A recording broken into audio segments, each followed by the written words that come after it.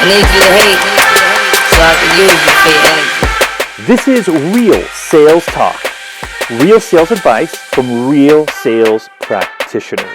Giving you tips on how to dominate your sales quota are your co-hosts Sean Mitchell and Phill Keen.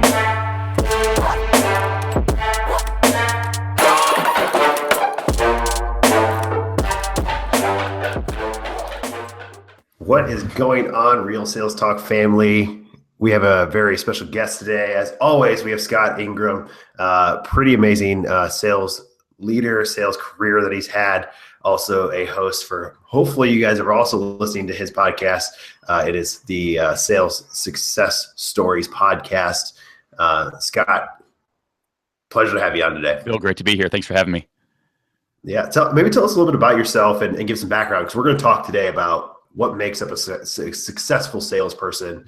But tell us about yourself. Yeah, let me talk about the details of where kind of these insights are coming from for me. So I launched a podcast about 6 months ago now called Sales Success Stories, and it's been really the thing that I've wanted as a sales professional, as an active individual contributor for probably the last 10 years. I've really felt like all of the sales content out there, and I consume a lot of it, it all comes from quote unquote sales experts who they're not selling anything, right? They sell themselves. They're often selling to other sales leaders. And I feel like that's not real. I want to hear from people that are in it, that are crushing it. I've been in SaaS sales and B2B kind of enterprise type sales.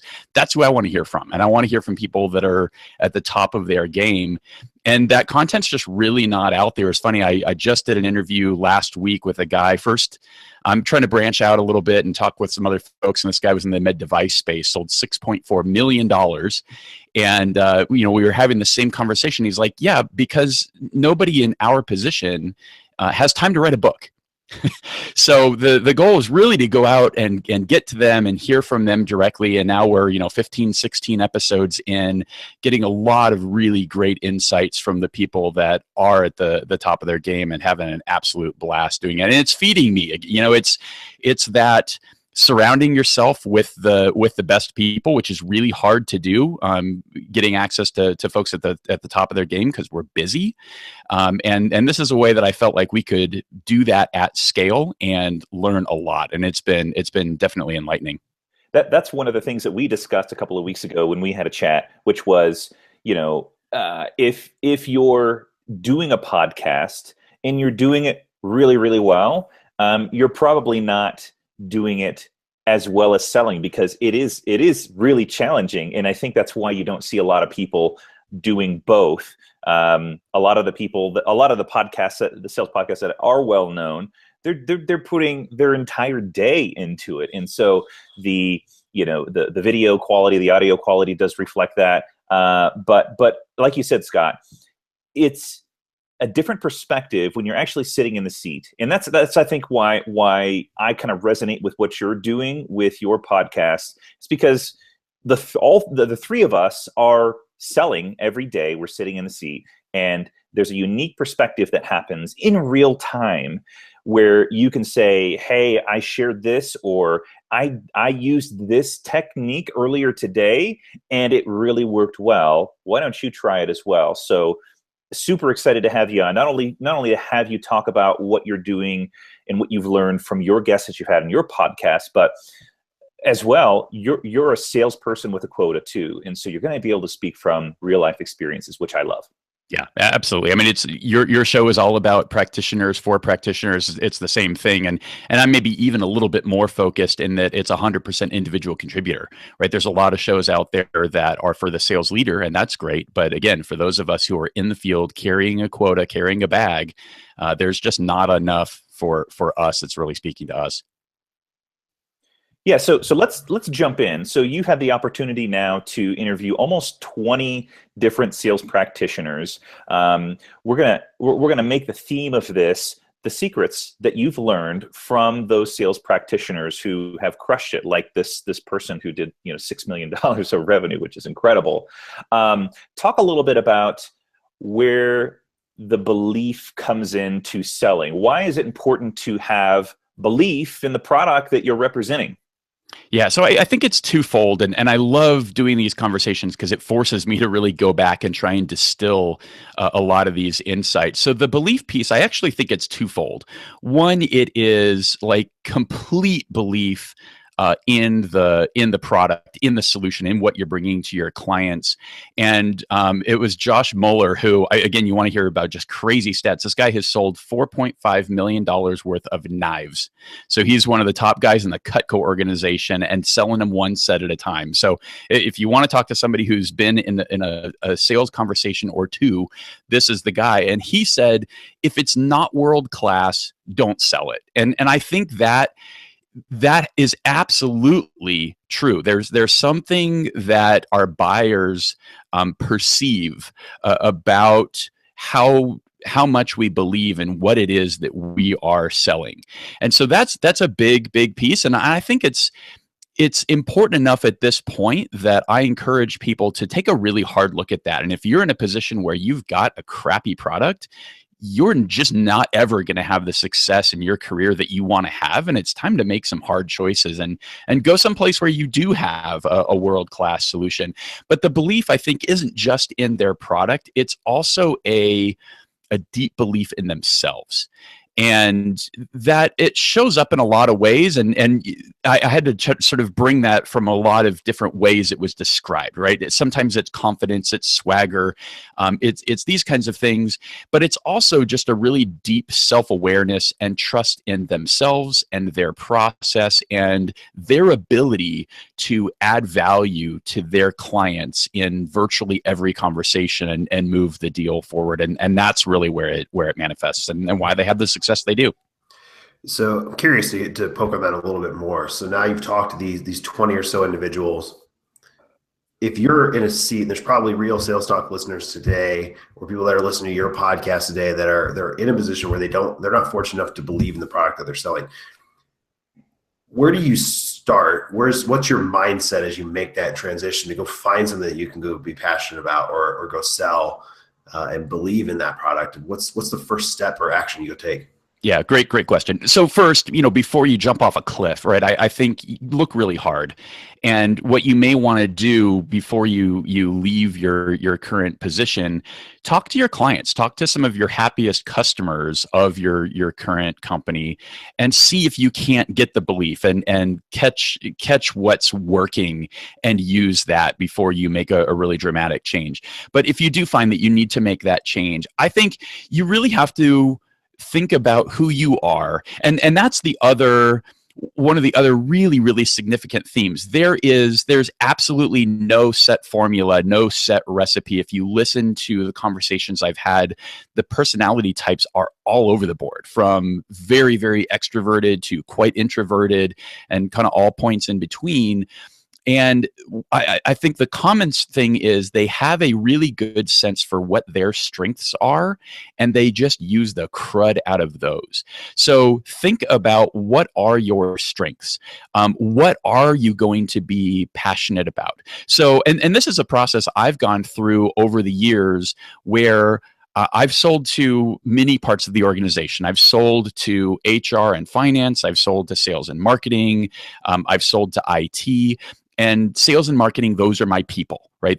They're forward looking. They're not pinching pennies, right? They have a vision that they're just who I connect with. So I know that I need to be in that kind of a space.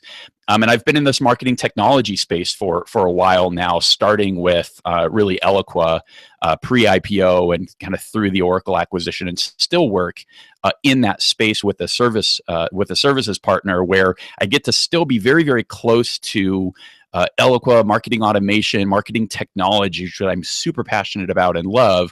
But I also know that I don't thrive in an organization of 130,000 people. That's not my gig. So I need to be in a place where I'm making a contribution, not only to my clients, but to the organization that I'm working with, and I'm not a rounding error.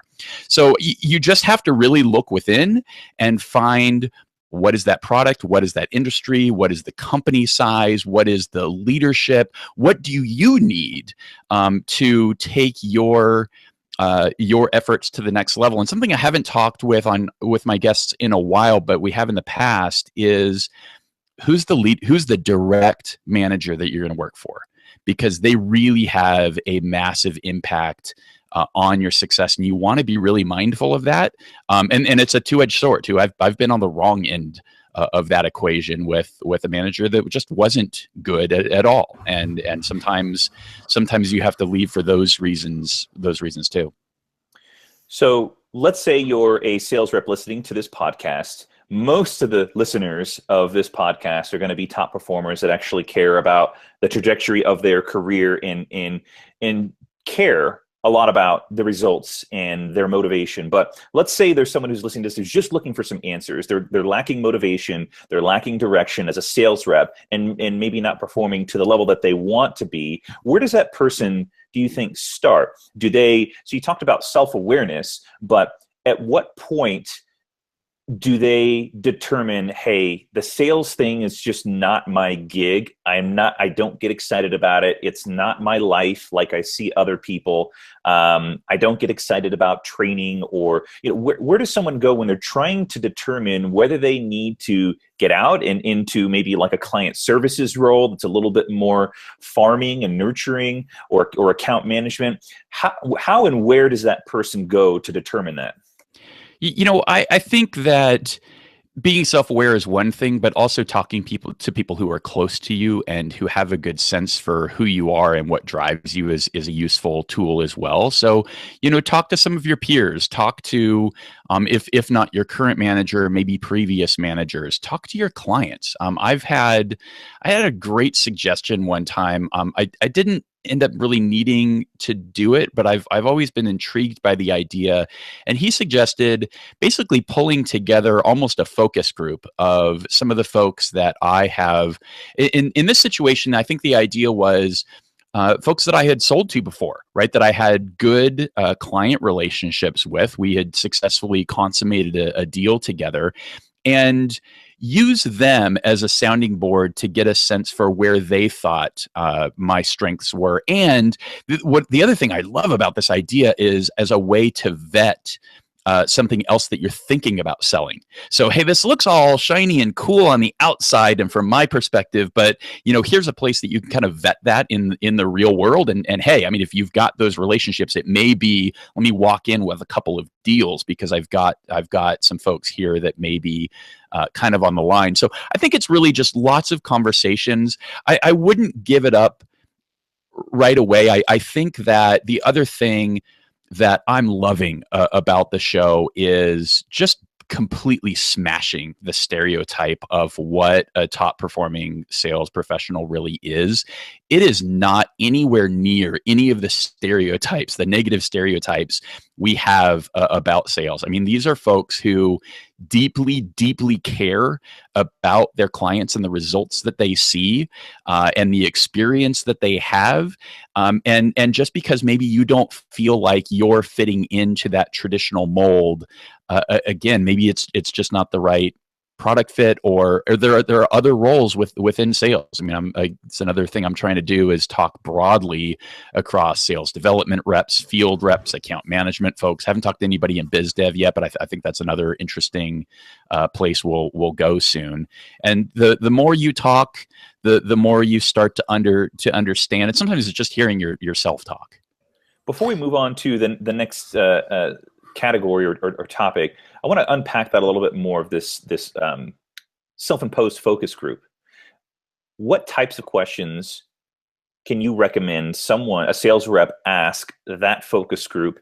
Is it one-to-one in person, or is it sending out a survey? And what types of questions do you ask, and how do you ensure that you're getting honest feedback instead of, I'm scratching your back, and how do you really get down to having someone give you that truthful, candid response? Yeah, and I don't want to go too deep into this because it's not something I've done a whole lot of myself, but I think it's really about the way you set it up. Like anything, right? When you go into any conversation, if you kind of set some of those expectations on the onset, you can start to you can let them know that it's okay to tell me the stuff, especially tell me the stuff that you're uncomfortable telling me, because those are the most important things, and just making that safe. And the thing I think is the very hardest, and you will absolutely have to work intensely on this, is take the feedback, listen, and just shut up. Like, don't defend yourself, don't excuse anything, just listen. And again, it's an asset that I've gained through this podcasting adventure that I'm on, is just leaving a ton of space. Like, ask a question and don't fill the void, right? Let them answer. If they don't have the answer right away, it's okay. They can struggle a little bit, but the answer will come, and they'll kind of speak out loud and sort of get there. So that's the first piece. I would do it at least voice to voice, face to face, even better. I don't think you're going to get anything really useful out of a survey or things like this. I think it is kind of one-to-one, just working through this. And again, it's almost like building your own personal board of advisors, so you can just get that real raw feedback and have some different insights that are beyond your own, the echo chamber that is your own head. So I think that brings it back to the point you were just making prior to that question. Then that kind of wraps up what we're talking about there. Is you need a really deep relationship with a customer to be able to ask that kind of feedback and get raw feedback to where they trust you enough that they know you're not going to be offended by it or hurt by it. And so maybe talk about, how do you start building those relationships? Why is that important? Because that's kind of one of your key points that you're saying, that's a quality of a top performing sales rep. But where does that start? How do you establish that relationship? Yeah, for sure. So, I mean, let's unpack that whole point, right? So the first point was belief. We talked about that. The second one is really just this client focus and the desire to create great outcomes for their clients and really being vested in that. One of the best conversations I had around that was with Debbie Rapson, and Debbie is the top seller at Demandbase, has been for every one of the 8 years that she's been there. And, one of the things I was talking with her about was, how much of your success at this point, and she's been consistently successful through her entire career, but at this point is because of those relationships that you've developed over time and just the longevity that you have and the expertise you've built in the same industry. And she said it was actually a really, really significant contributor, because she's had clients that have bought from her 3 and 4 times. Because, I mean, especially in this marketing space, there's a lot of movement, right? You don't find people very often that have been in their job 10 and 20 years. It's a new job every 2, 3, 4 years. So I think there is an opportunity there. And the relationship, it really comes from doing the right thing consistently and thinking about the client first. The other thing Debbie talked about at length is let discovery be discovery. She schedules an hour-long conversation in the beginning of a sales cycle, and it is 95% her asking questions and just really getting at the core of what they're doing, what's driving what they're doing, what those struggles are. She'll try and get at the same thing 2 and 3 different ways.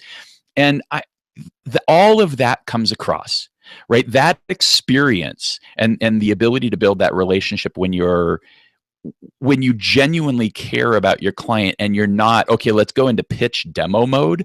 You're not going to get to great relationships there if you're immediately like, hey, let's turn it on. Let me show you a demo and how freaking cool it is. Like, that's great. But it's those other things. And then it's just maintain that relationship beyond the sale. I've been in many roles in kind of that hunting role where you kill it and then you hand it over and somebody else has got to do the work and kind of manage that. That doesn't mean you can't go reach back out to those clients and just check in and make sure they're doing well and make sure they're progressing. And I think that's a really important step. And that's where that depth of relationship comes from. Because what I've done in prior roles when I've been interviewing, I use these people. I'm like, well, go talk to my client. They'll tell you what the experience is with me, and they're willing to buy from me again because I take care of them.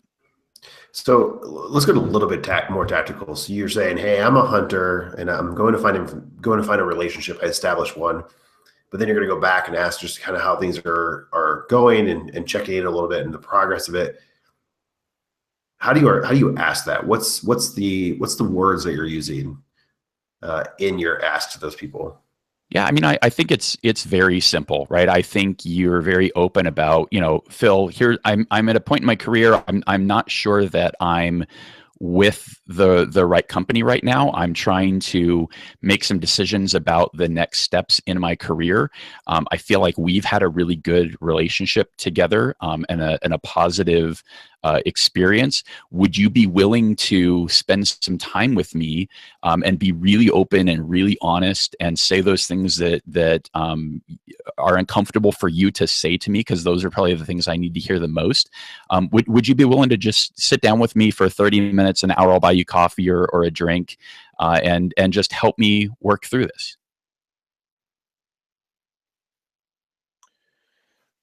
You talked about the idea of getting this sort of feedback, and ultimately it's about growing as an individual, as a person, and making sure that you're in the right place, that you're passionate about what you're doing and the solution that you're selling.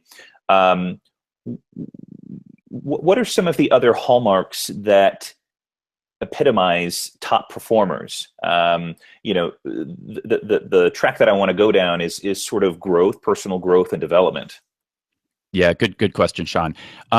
One, I think the underlying foundational thing, whether they talk about it or not, is incredibly hard work is just table stakes, right? If you're going to try and get at this through sort of a lazy, I'm going to be super smart about my approach, you're not going to get all the way to number one, right? You have to be smart and you have to bust. You just have to bust it. There's a couple of themes. I mean, we've already talked about the self-awareness and the development. There is also a pretty consistent effort to surround themselves with great people, to develop and cultivate mentors. And there's been a number of conversations about those. Again, Josh Mueller on the Cutco front has some great kind of insights there, and we talked about that at depth, because now he's on both sides of that, right? He has mentors, he mentors people, and he talks about cultivating those relationships. It's not easy, right? It's like a sale, right? It's not like I'm going to maybe lightly email this person one time, and if they don't get back to me, that was too bad, that didn't work out. Like, no, like, be persistent about it, be smart about it. And he said, you have to own that. You have to own cultivating your mentors. And then there's, I think, just a broad interest in growth and development, but maybe a little bit less oriented towards the sales skills that you would think, and more oriented towards understanding their customers, understanding business and the industry that they're in and the solution set that they provide, so that they really do have that depth of expertise that brings value to their clients. And another quick story I want to share. So Colin Spector is one of the top sellers at Namely. Again, like consistently number one guy through a variety of different roles. Started as an SDR, moved into an AE role, went through a couple of different territories, and was always at the top of the game. And something he said was incredible, and actually kind of ties back to our focus group idea earlier. He came into this industry, he didn't know it all. And I was asking him, like, well, how are you working through that learning curve, and how are you trying to get up to speed? And what's interesting is, again, like, the lack of focus on the specifics of like the sales techniques and the sales tactics. And he actually went and really worked to understand the buyer. He was going on Quora, and so Namely sells to HR professionals predominantly.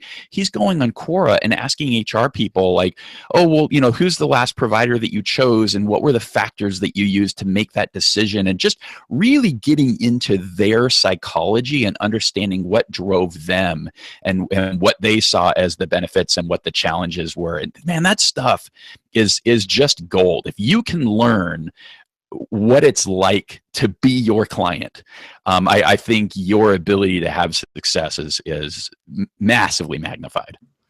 I think that's a really key point. And I've heard it from a few people as they've been on our show, which is you have to have this business acumen around the way your buyer thinks and how they articulate their issues and problems.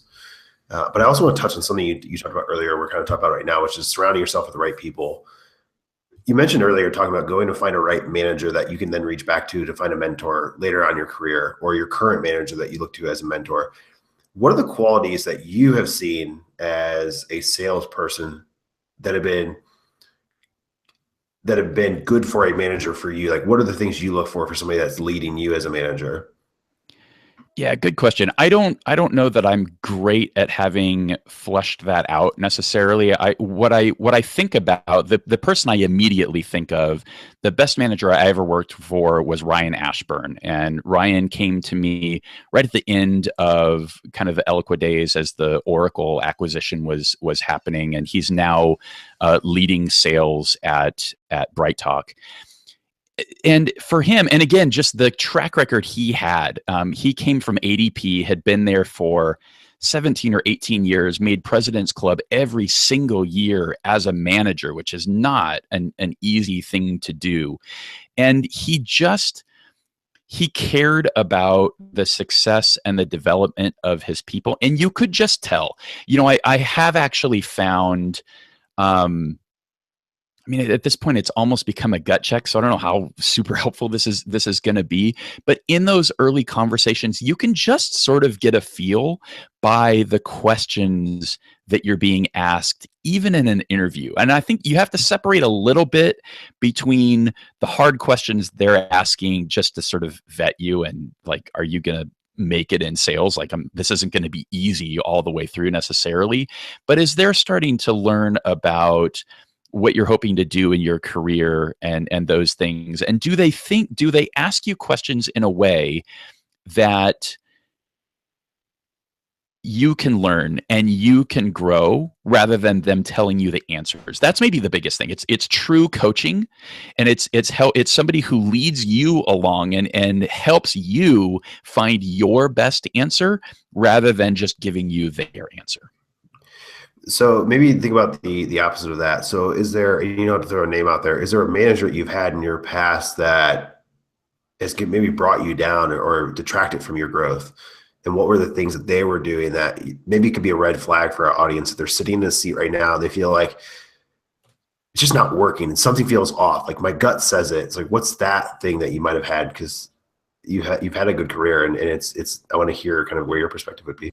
Yeah, great question, Phil. I've absolutely had that experience to the point where I left the company because of the individual.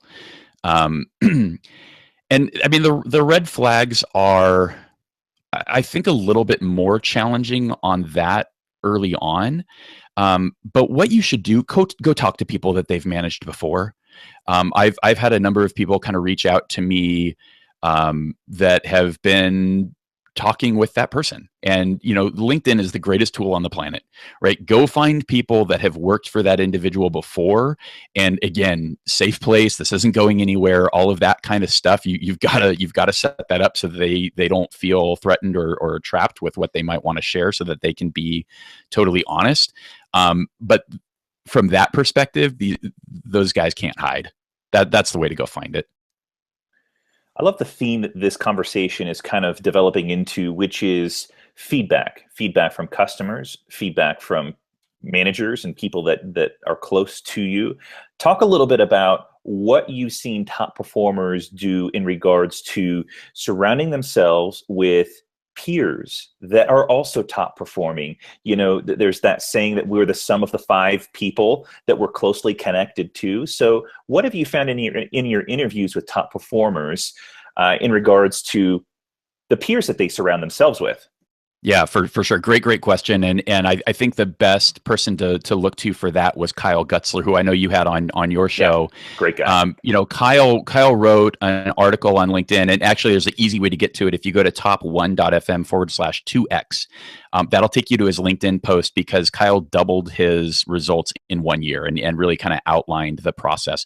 And one of the things that he did, and this I hear extraordinarily frequently, is when you go into an organization, figure out who the number one person is and just go figure out what the heck they're doing. Like, what is their playbook?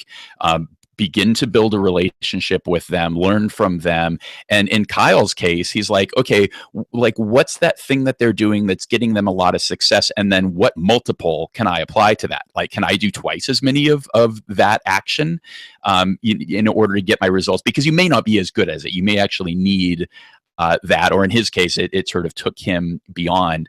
And he set up, I think it was he set up like a monthly brunch on a Friday where he just, again, you've got to own it. You've got to own the mentors and cultivating these things. So he just brought those folks together. They'd get together and just, share those war stories and continue to learn from each other.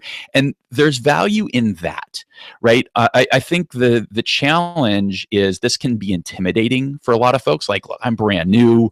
You're telling me to reach out to people that have been here for 10 or 15 years and are just much more senior, much more experienced than me. Be the connector then. Don't make it necessarily a one-on-one thing. Be the one that brings the group of the best people together to have some of these conversations and get some of those insights. And then you get to belong to the party, and you're bringing value in a way that's really easy.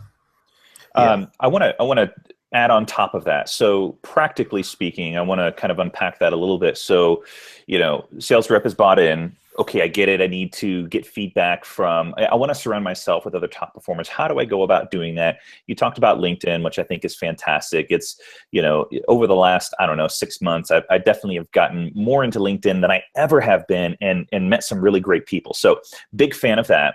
I want to add that conferences are a really great way to meet other top performers. And I'd love to get your thoughts, Scott, on this as well as Phill. But my personal philosophy is that no one is responsible for your personal development besides you.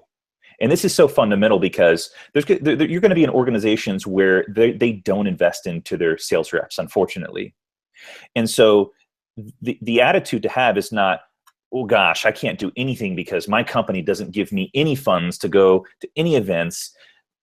Invest into it yourself. All the top performers that I know and have come across do whatever they need to do to get their own in regards to surrounding themselves. So can you add anything to that, Scott? Either where to go to find other top performers, or maybe some tactics around how to surround yourself with top performers? Yeah, I'd love to. I mean, again, it's a lot of what I'm trying to do with the Sales Success Stories podcast is create sort of a virtual version of that, so you don't have to necessarily go seek it out. These interviews are all available for free. I think podcasts are just such a valuable piece from that standpoint. But I think you're really speaking to the conference and the face-to-face opportunities. There's a lot of free ones, right?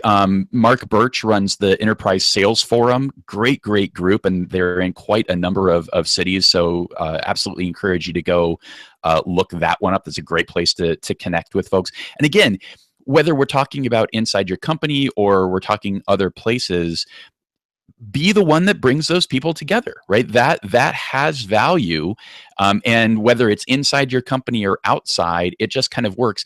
Or if you are going to a conference, I went and hung out with Craig Rosenberg and the crew at the Topo Summit in San Francisco a couple of weeks ago, and that was a trip where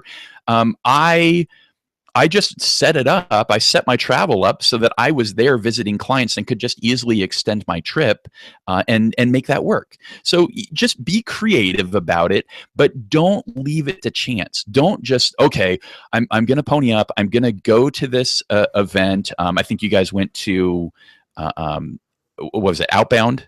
Is that the?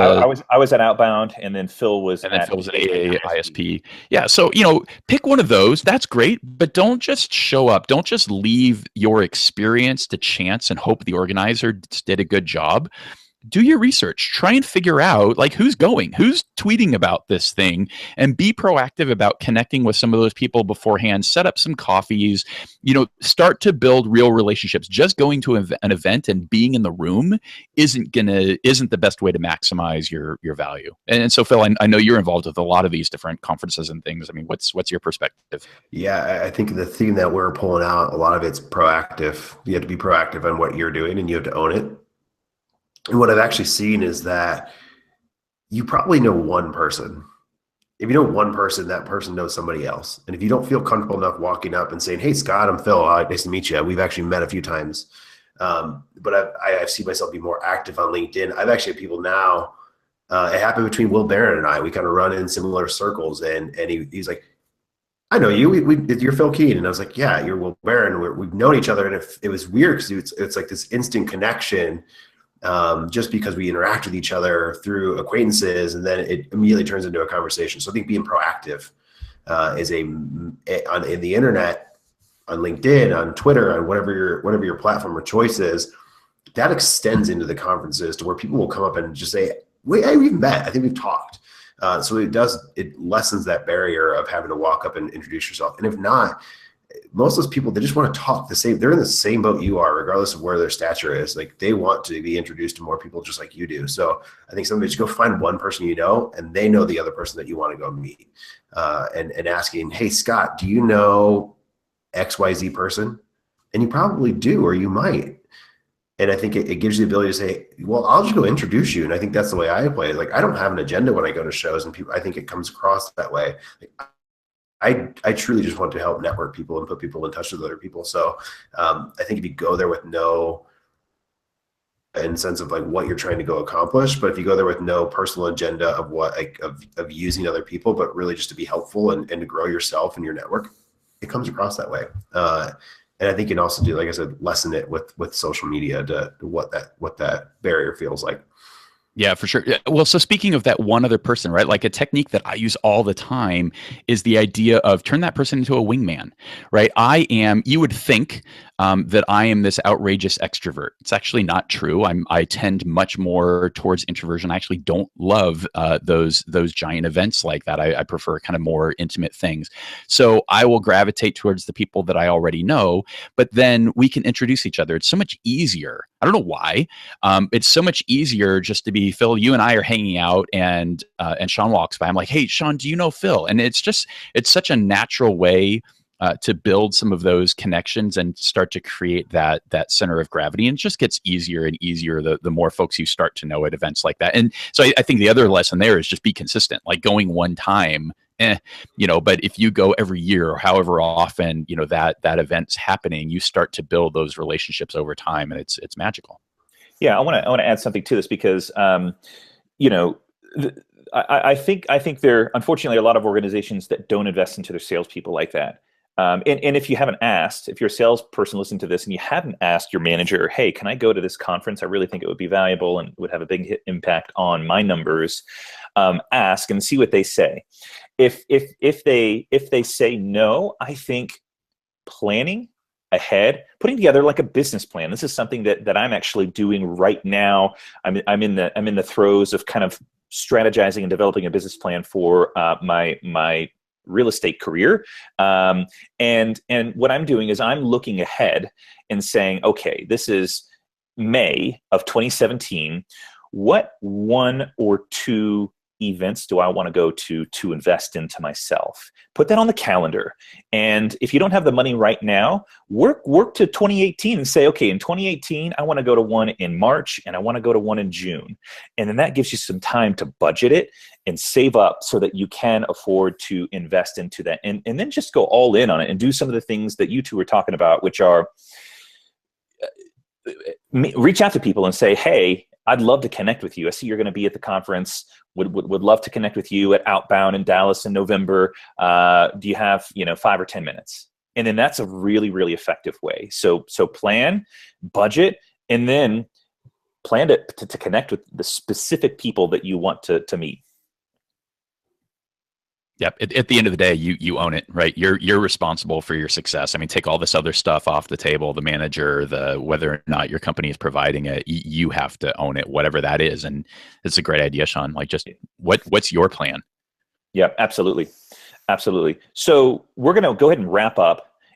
Before we do that, Scott, I want to give you an opportunity to tell our listeners how they can connect with you on your podcast, as well as just on social, if they want to follow what you're doing.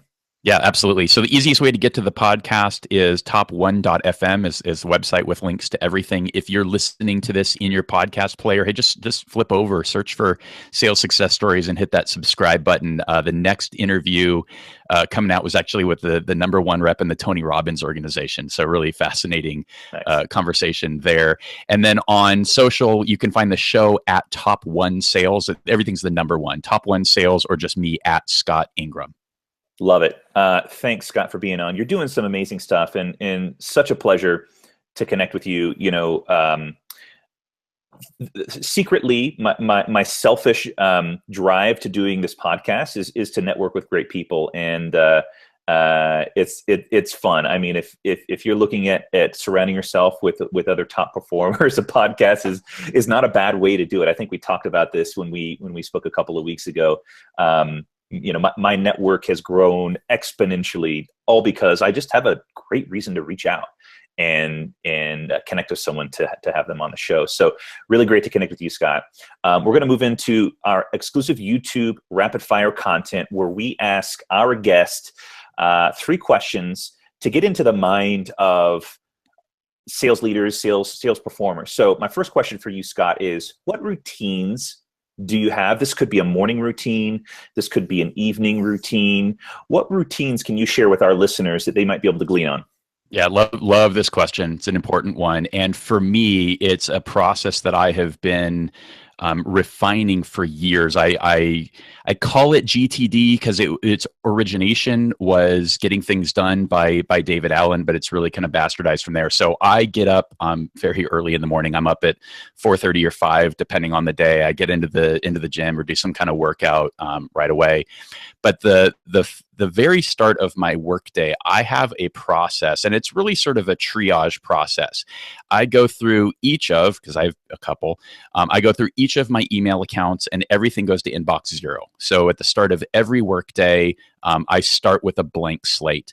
And then I have sort of a process. I have a series of folders, or in the case I use Gmail, so they're actually labels. So I have a today folder, an action folder, a waiting for folder, and a future folder. And so what I do with those is, I get to everything to inbox 0. I review my calendar and I confirm all of my appointments. I hate being stood up because I want to know, right? If I've got that time in my schedule, I need to know now. I don't want to be surprised by, oh, look, a bonus hour. And so depending on what sort of white space I have available to work with is going to determine basically what my action list for the day ends up looking like. So what I'm doing on that daily basis, the future folder, I only review once a week. And I will then look at the action folder and the waiting for folder and move things into the today folder. So I have a very, very limited view of what I need to act on. I also use, it's kind of half email and half Todoist is the to-do app that I do, because not everything lives perfectly in email. And so that's the bulk of the process. And then I have throughout that series of things, it takes me about 30 to 40 minutes to get through it all. It's kind of just a big triage to make sure that I'm not dropping any balls. So I'll go look into Salesforce and I'll check in all my leads and I'll look at all of my opportunities and think about, okay, what is it for each one of these opportunities that I can do today to move this forward. I will look at my account list, just all of those different things to make sure that I'm capturing everything and then building a very proactive, very actionable list. And then I just crank. And I also use another app called, I think it's Pomo To Do. I don't use the to-do function of it. I just use the Pomodoro function of it. And this is, for me, it's really just focus. If you're not familiar with Pomodoro, it's about these 25-minute working sessions with 5-minute breaks and things like that. And I don't do it all throughout the day necessarily, but especially in the morning when I'm just really, really focused, it helps me block out all the other distractions, because I know, like, when I'm in a Pomo, like, my phone's shut off. If my phone rings, it's not getting answered. I try and block just a lot of stuff that's incoming so that I can be really, really focused. And because of that, because of just the way that process works for me, it sets everything else up to work really well. And I feel like I get more done than the average seller by 10 or 11 o'clock in the morning than most people do in a full day. I love it. So many great nuggets there. Second question is, and I'm going to go off of the routine theme here. So what sort of routine do you have for professional development? I'm curious to know what you've got, if you have some sort of schedule, how many books a year or a month, how many audio books or do you have some sort of routine or schedule around your professional development? Yeah, that's a really great question. It's so ingrained in just who I am, and I've always sought out that knowledge. It's not something that I need to be like, "Oh, I have to make sure that I do this and schedule time for it." It's actually something that I tend to do while doing every other things. So I read much less these days than I used to. I used to read a lot. Then I fell in love with Audible. And more recently, it's a mixture of Audible, but more podcasts. And I just do it while I'm doing other things, like when I'm working out in the morning. And here's the mega tip. And I can't believe it took me as long as it did to figure this out. I listen to all of my podcasts at 1.7x. So I'm by definition, acquiring 70% more content in the same amount of time. I think it also forces you to listen a little bit harder and just focus that much more, because if you're not paying attention, a whole bunch of stuff is going to go streaming by. So that has been really, really huge for me. And it's pretty broad too. I mean, I like a fair number of sales podcasts, but again, I'm listening to marketing podcasts and business podcasts and kind of other things to stretch me out there. And then I think this has been a great theme. And it's not something that I think about and talk about a lot, but I learn through conversation. I learn by bouncing ideas off of other people, by sharing the things that I'm doing, by understanding what they're doing. And like you said, I mean, the podcast it's the most selfish thing I've ever done, if you really look at the heart of what it is. But I think it's also the most giving thing I've ever done, because the relationships that it opens up and just the practice that I get at a variety of different things that help me be a better seller every day. And Sean, I think I shared this with you. I actually host a podcast for the company that I work for. And we use it as it's a business development tool. It's a huge relationship development tool. And it also just helps us feature a lot of our clients.